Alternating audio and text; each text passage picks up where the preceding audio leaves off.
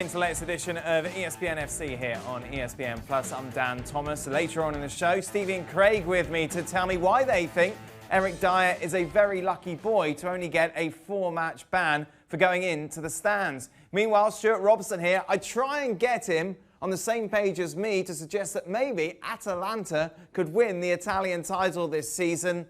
He dismisses it quickly. Spoiler alert. Meanwhile, Ali is here as well to look ahead to the game which is live tomorrow on ESPN as NYCFC take on Philadelphia Union. And real top-notch questioning from me because I ask, what do the players eat before the game? A normal breakfast or their normal meal before they kick off a match? Yeah, I know. Let's start though, shall we? In La Liga. Barcelona with a 1-0 victory over Espanyol, closing the gap at the top of the table once again to 1 point. Espanyol, meanwhile, relegated for the first time in 27 years. We're here to talk about that game at the Camp Nou. Julien Laurent, Frank Leboeuf, and birthday boy Ali Moreno. Hey. Ali, what a birthday treat. 90 minutes of watching that rubbish. Yes, indeed, a birthday gift for me. I have to say, the best thing that could have happened to the game was maybe the red cards.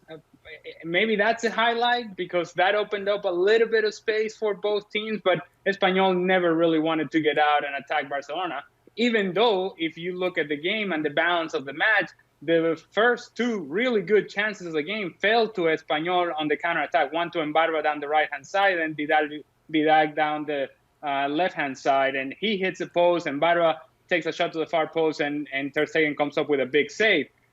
Barcelona, after so much optimism following what was a very impressive last game, you thought, okay, well, maybe this is where they play Villarreal. They look good doing it. Antoine Griezmann is playing in the position that he prefers, and Lionel Messi is just going to drop back in a playmaking position. It's all going to be great, and it wasn't. And something that I was concerned and fearful of following that Villarreal match was that when things are not going well in the attack for Barcelona and you're not getting the same fluid movement that you did against Villarreal, you saw that Lionel Messi, instead of staying underneath the strikers, he started drifting into wider positions. Then that forced Antoine Griezmann to drop into a playmaking position. And so whenever the ball was played into the 18-yard box, as Suarez is moving off the ball, he's the only option inside the 18-yard box. Messi's out wide, Griezmann is underneath, no options in the attack, and there's nobody to put the ball in the back of the net, if not for Luis Suarez.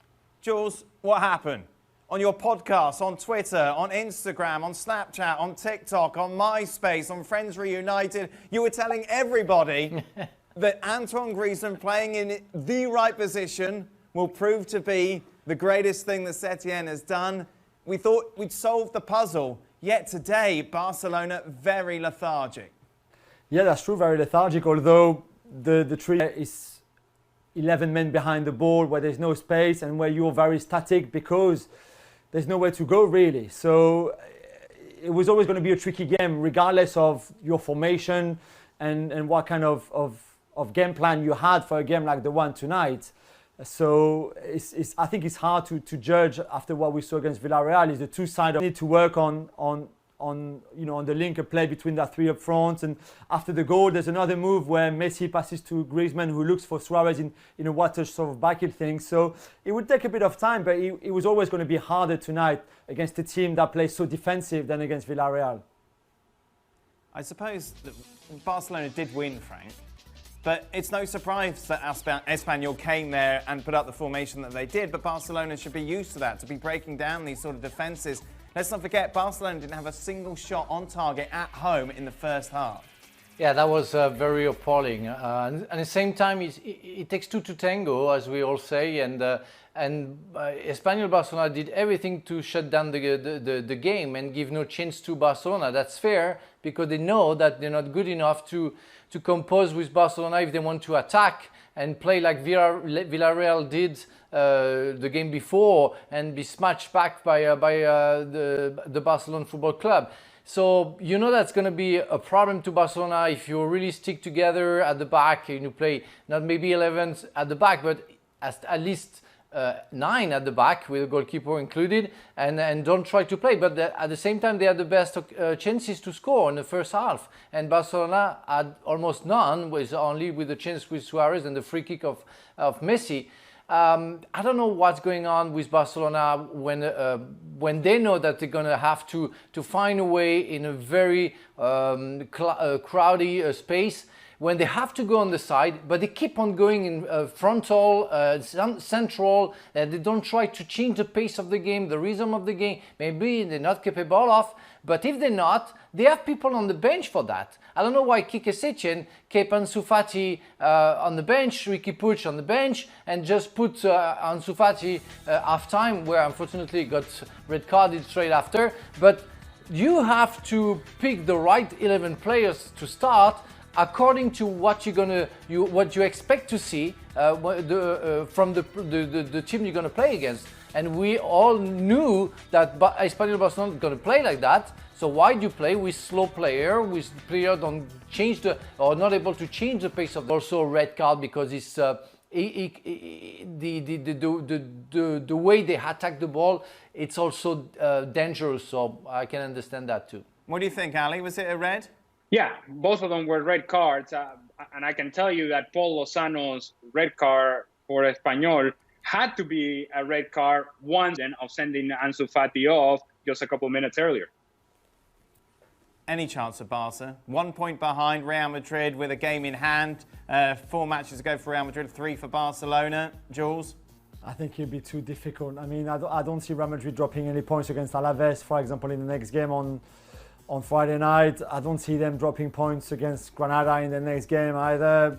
Barca will have to go to Valladolid as well a couple of days before that. Of course, it can still happen. Let's not forget as well that in the head-to-heads, Real Madrid are ahead, so it's actually a 2-point lead now, not just a 1-point lead. So I just don't see it happening. This show's so funny. Jules mentioned Friday, that will be the draw for the Champions League after the win against Villarreal. You know, everyone was quite positive and thinking, you know, maybe this could be a run that Barcelona could make in the Champions League. How do you get them consistently good, Ali? I suppose that's the question that Barca fans want to know. So when they go into those matches in August, you feel confident that we can see that sort of performance they put in the first half against Villarreal, as opposed to that shocking display that we saw in the opening 45 minutes today? It's not a straightforward answer, Dan, and it's a quite complicated one, because you can, as I mentioned earlier, the first good chances, real chances in the game fell to Espanyol. And let's not forget as to what this Espanyol team is. A team that this far into the season, they've only won 5 games. And they have the worst offensive record in the league. And yet, in transition, they were still able to create clear opportunities against Barcelona. And in the end of the game, Barcelona is hanging on at home, at the Nou Camp. They are the ones hanging on against Espanyol. Not just passing the ball around, not just keeping possession, not dictating the pace of the game, but Espanyol pushing forward and Barcelona having to defend and Ter Stegen having to come up with a save. So right now you look at Barcelona and you can hang on to the Villarreal game if you want, but the totality of Barcelona as a team goes beyond the one positive performance that they've had. You have to look in terms of this team defensively. They have issues with the speed of the game. Whenever they play against somebody that has change of pace, that's going to be complicated for them, because they like to commit numbers forward. They lose the ball in a bad area because their possession hasn't been nearly as good and nearly as effective. And now you're tracking back, hoping that Gerard Piqué can cut out the danger. And if he doesn't, then Ter Stegen's got to come up with a big save. If those things don't happen, Barcelona is trailing. And when they start trailing, that's when Lionel Messi tries to do his own thing, because he's trying to resolve a problem. That's when you're going to need an outstanding performance from Antoine Griezmann with consistency. That hasn't quite happened. That's when you're going to need a healthy Luis Suarez. He doesn't look healthy to me. And so, all in all, I just see a Barcelona team that is flawed, and eventually these things are going to show up, and they're going to show up in a big way. Certainly Champions League will be the sort of stage in which you would expect this sort of thing to show up again. Final question, Jules. And I know both Manchester City and Barcelona still have work to do, but say they both make it through to the quarterfinals. With your PSG fan zone, fan TV, big old supporting hat on, Bayern Munich, Manchester City, Barcelona. Who do you want in that order? I think I'll go Barcelona first. I think City are a step above, wow, and I think Bayern are even a step above again. So But over one game and just one game and 90 minutes or 120 minutes, I think anything can happen against anyone. But I agree with everything Ali just said, and I still think that this Barca side will arrive in the Champions League way below a team like City and way below a team like Bayern. Gentlemen, thank you very much. Ham lost against Burley, and Wolves struggling to qualify now for the Champions League after a 1-0 defeat away against Sheffield United. Jules, Craig and Stevie alongside me to discuss this. Craig, I rang you just before the show and I said, anything you want to talk about? You shouted at me. No, nothing. I mean, you know, well, I suppose one thing from the City game was, you know, obviously David Silva's performance. We know he's been doing that for years. But the other thing being is, and I know Steve Bruce is sorry, but it does happen too often in that league in particular, and it's not good enough. Can you not give Steve Bruce and Newcastle a pass, though, Craig, as many had them to be relegated at the start of the season? It was all doom and gloom. You know, going and losing against Manchester City, even though in the manner that they did, surely is a reward, or the fact they're playing with house money, surely that doesn't really matter. It doesn't need to make you that angry. Well, watching a Premier League, watching a team in the middle of the Premier League with a fan base and a budget like Newcastle United, and I know it's not the biggest in the league, but watching them just meekly lie down and be splattered whilst they're not going to be relegated was embarrassing. And I'm sorry, but we haven't got much else to talk about today because Liverpool have won the league at a canter and City will get in the top four. But do we want to continue to watch this kind of pasting? And I can understand if they were in fourth from bottom or something, playing so defensive. But no, I don't think it's acceptable to lie down and roll over when you're a Premier League team. Man City, Liverpool away or not, it doesn't matter to me. Stevie? I think probably Newcastle are not a good example to use because whether they're fourth bottom, middle of the table or fourth from top, that's what they do. And it is, you know, before there's a ball kicked what's going to happen, and it was almost a case of, well, is it really possible that City could be as bad in front of goal as they were the last time out? No, that's right. It's not an anomaly, and especially, as you said, a team like Newcastle who could surely be playing in a different way, could try harder for sure. They had players you could think on the counter-attack, if they were really trying, could disturb this Man City team who you would expect would have played really high at a home game like this, and Saint-Maximin and Almiron, players like that could have run in behind, for example, going behind, maybe cause a bit of problems. But when you play pretty much 11 players behind the ball, all in your last 30 yards, and so deep, with no intention whatsoever to go forwards, what do you expect? That's exactly what the boys have been describing. That's what happens. And I think it's a real shame to just give up on the game even before it started. 23 points, though, still remains the gap between City and Liverpool. When you see these sort of performances from City, you've got to wonder, Craig, why? Why is there such a big gap? Why have City dropped so many points this season? Because they've made too many mistakes. Captain calamity at the back. You saw the game against Chelsea a week or so ago. Gundogan and Mendy getting in the mess. We had that partnership of Otamendi and Stones today, two players that have struggled for various reasons. They've struggled in the left-back position. You've had Fernandinho moving out his midfield role into the back four. Okay, Rodri's come in and he's a very, very good player. But they've just made too many mistakes, and they are so gung-ho. They are so gung-ho going forward that they get caught. They get caught out because they don't have enough players switched on when they're attacking. They don't have enough players switched on defensively.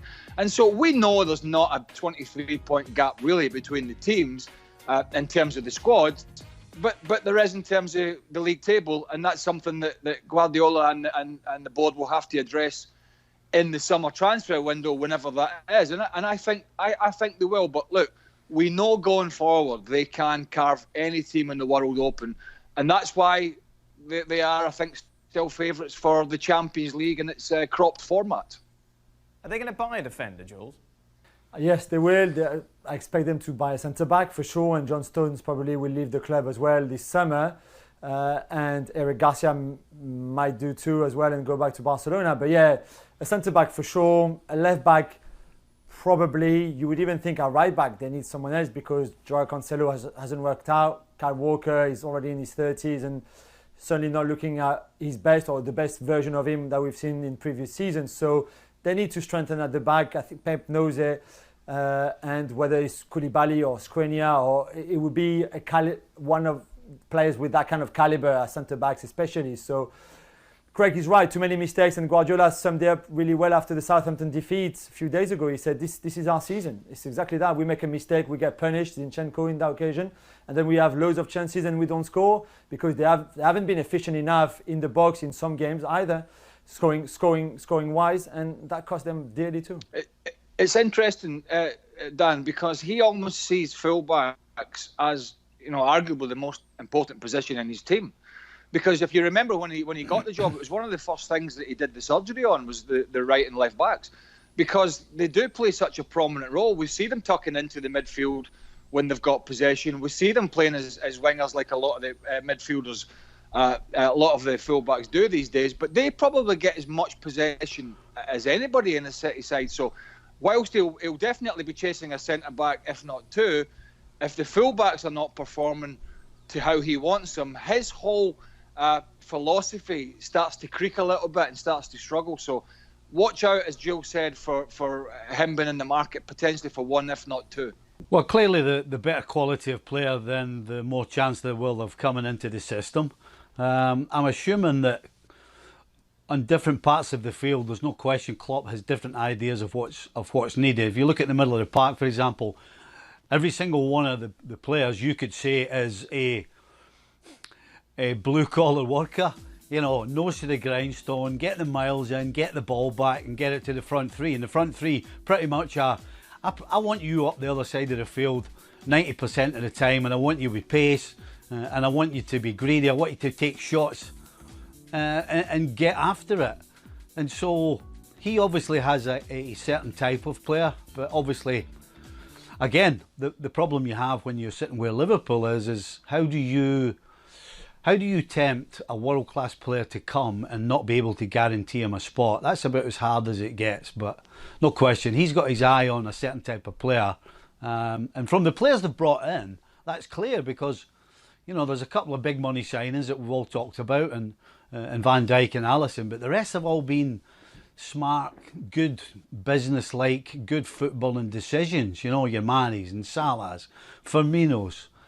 So they've definitely got a way of recruiting a certain type of player, and that certainly makes it easier to bring a player like that to Liverpool rather than a superstar already. Your boy Jordan Henderson on the score sheet, nice goal for him as well. Jules, are you still very much leading the campaign that he should be nowhere near Player of the Season discussion? It's a lovely goal, and he's a lovely guy, and he's a good footballer. It's just that there are other Liverpool players that I prefer. I'm not the biggest fan of Jordan Henderson, as you all know now, and we've had this discussion before. Movement over the years he's been at Liverpool, there's been a gradual progression to where he is now, and Jurgen Klopp pretty much knows what he's going to get from Jordan Henderson when he steps on the field. He's neat and tidy. He started to pop up with the odd goal. He's going to work his socks off. He's going to win his challenge. He's going to track back. He's going to do every side of the game. And for a guy who came to Liverpool as a bit of a water carrier, was not a very exciting player. He's come a hell of a long way. But look, going back to the point Stevie was talking about with signings, we know they missed out on Timo Werner for what we think was financial reasons because of the pandemic and the rerouting of the budget.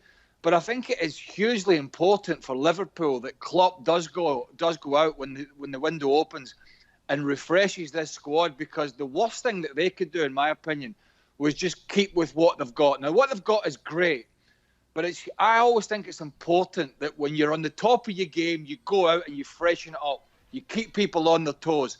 And I think it's imperative that Liverpool do that this summer to come out strong and refreshed again next year, and the players know that they're going to have to be on their toes to get game time. A couple of other points of business. The first, the banging, Stevie. Is that your granddaughter?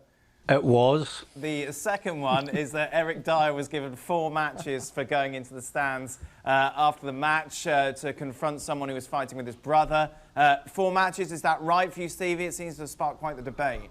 What a lucky boy. 4 games. I mean, you can get 3 games for breaking somebody's leg during a game. Yeah, I think he's very fortunate to get 4 games. as professionals, there are certain things that you don't need told you cannot do. And one of them is go into the stand and confront a supporter for any reason whatsoever. You do not do it. So for him to get 4 games, I think, I hope they don't do any of these silly appeals or anything, because if he does, then somebody needs to take him aside and tell him he should be thanking his lucky stars that he only got 4 games. Craig, do you agree? 100%. He's lucky he's not going to be 6 games or 8 games or longer, because and you can take all the sentimental claptrap out of it. You can't leave the field of play as a player and go into the stands, right? No matter what happens. And vice versa. You're not allowed to leave the stands as a supporter and jump onto the field of play, because you know what happens there. There are rules and regulations, right? Whether we like it or not. And I'm sorry, but you can't be taking that. There's stewards at the ground, there's police at the grounds, and all these scenarios are there to be adhered to by these stewards and police, not by players. And so I think they've been quite lenient in giving him a 4-game ban.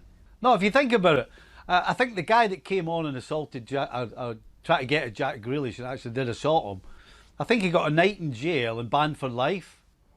And then Dyer's gone into the stand to go after somebody and he gets a 4-game ban. Seems a little... He should be very fortunate, Dyer, don't you think? One last thing, Jules, we're hearing reports that IFAB are going to introduce 5 substitutes for next season as well. Why?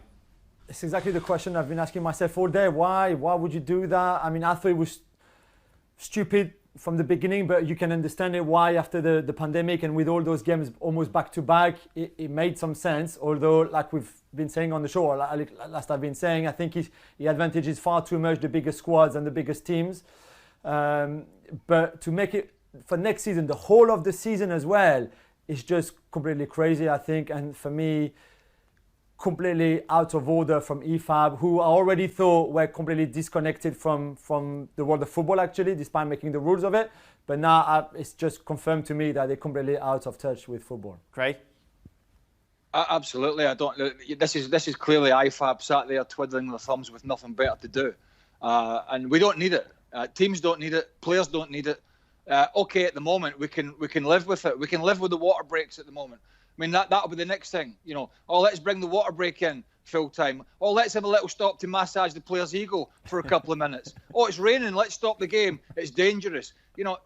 These people that sit in these boards are, as Jules said, are disconnected, and they're almost trying to make their own existence clarified and why they need to be there making these decisions, because they're trying to change too many things. We're still trying to figure out the technology. We're still trying to figure out the handball law, which is much more important than worrying about bringing a couple extra subs on. And as Jill said, and many people have said before, if you're the Man Cities, Liverpools, or all these big clubs, and you're bringing on players to change a game that would walk into 95% of the other teams in that league, that's just wrong. That's just pure wrong. But these people, they don't see that because they don't think before they make these laws. They just go ahead and do it to be busy and, as I say, justify their existence. Last word on this, Stevie, to you. Absolute nonsense. I wouldn't waste my time giving a try and justify a reason. It's complete nonsense. That is now 11 wins in a row for something that is very much a fairy tale story. You think of fairy tales, you think of Stuart Robson. Robbo, am I stretching here? Atalanta against Juventus on Saturday. They beat Juve. 6 points then would separate them with 6 matches to go. You see where I'm going here? I can see where you're going, but it's not going to be Atalanta who are going to win the title. It's going to be Juventus who win the title. But Atalanta have got every possibility of beating Juventus. They've been a fantastic side. They're on a great run. They play a different style of football to everybody else in Serie A. They, with their 3 at the back, the 2 wide centre-halves, make overlapping runs. But they don't just throw people forward. The 2 midfield players then fill in for them. They've got 2 exceptional players, 2 players that make them tip. Papa Gomez, who's as good as anybody in Serie A at the moment at finding a pass and keeping the ball and manipulating it. And Ilicic, he's getting on a bit, and he's not as mobile as he used to be. But when he gets on the ball, he makes things happen. And Zapata up front, he can run in behind. He's got good strength. He's got good technique as well. they're a very good side and they're going to be very difficult for Juventus to beat. We talked about the Champions League draw earlier on in the show, Robbo, discussing who basically we were talking Jules and who PSG might want out of Barcelona, Bayern Munich or Manchester City, given their current form.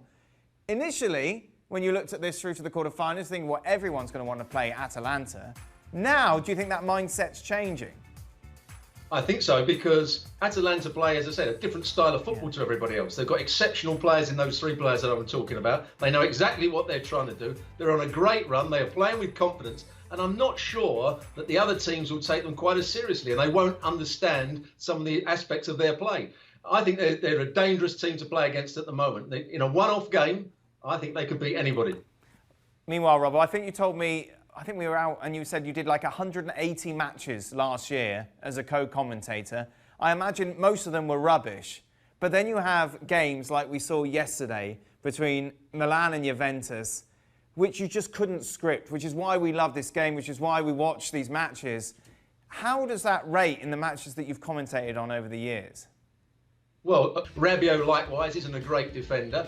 Cuadrado was breaking forward but not always running back quite so quickly. Then when they tried to change it, the subs that came on didn't affect the game one iota. Ramsey kept on getting caught on the ball. Alexandro played the crossfield ball for the goal as well. So Sarri got it all wrong when he made his substitutions, and they could, every team that shows complacency takes their foot off the pedal, and then you try and get it back. It never happens, and that was the problem with Juventus yesterday. It's a strange question to ask, given that they are top of the table and heavy favourites to win the title. But where is Sarri at the moment, in your opinion?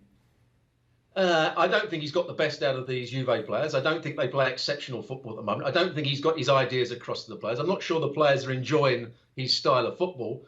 But if you win the title, and they do, if they can beat Lyon to get through to the next round of the Champions League, everyone will say he's doing okay at the moment. But it's not all right. I think come the end of the season, he may well be changed. How concerned would you be if you were Juventus looking ahead to that clash against Lyon, who of course haven't played for a very long time, given the suspension of the French league? It's not a given, is it, that they're just going to sail through? No, because as we've said all along, Juventus, they're going to win the Serie A, and they've played well in patches, but they're not playing at their very best, and they've got that one goal advantage, Lyon. The only problem that Lyon have got, we don't know what sort of form they're going to be. We don't know what sort of training they'll be doing up to that game. We don't know whether their players are going to be fit or they're going to be fresh, how they're going to respond. It's a big, big game for Sarri and those Juventus players. Stuart Robson, as always, thank you very much. Just a reminder, Italian football then continues over the next few days. A couple of games for you on Thursday. But just whatever you're doing, watch Juventus against Atalanta on Saturday, 3:45 Eastern on ESPN+. These two teams, of course, could be first and second come the end of the season. And I'm still pushing for it. Atalanta with the win. And we might just have a little bit of a tiny smidgen of a title race in Italy. And then on Sunday, we've